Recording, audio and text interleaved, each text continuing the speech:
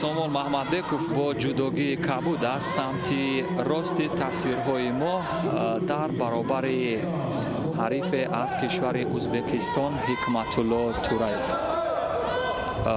ҳамон чеҳраҳое ки воқеан исмашон дар ёди мо нақш бастааст, баъзе аз дастовардҳои тарихиашон дар ёди бинандаҳо мондааст. дӯстони азиз, ёдовар шудани онҳо ҳеҷ ҷои шаку шубҳа надорад, вале бо вуҷуди ин ба хотири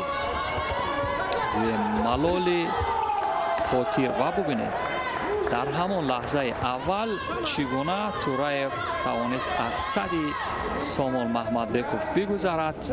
бо имтиёзи комили ипон Сомол Маҳмадбеков ин чеҳраи умедбахши тоҷикро аз сади роҳ бардошт ва Ҳикматулло Тураев ба марҳилаи ниманиҳоӣ меравад ва Сомол Маҳмадбеков бошад ба марҳилаи қуввозмоии тасаллубахш, ки дар қуввозмоии тасаллубахш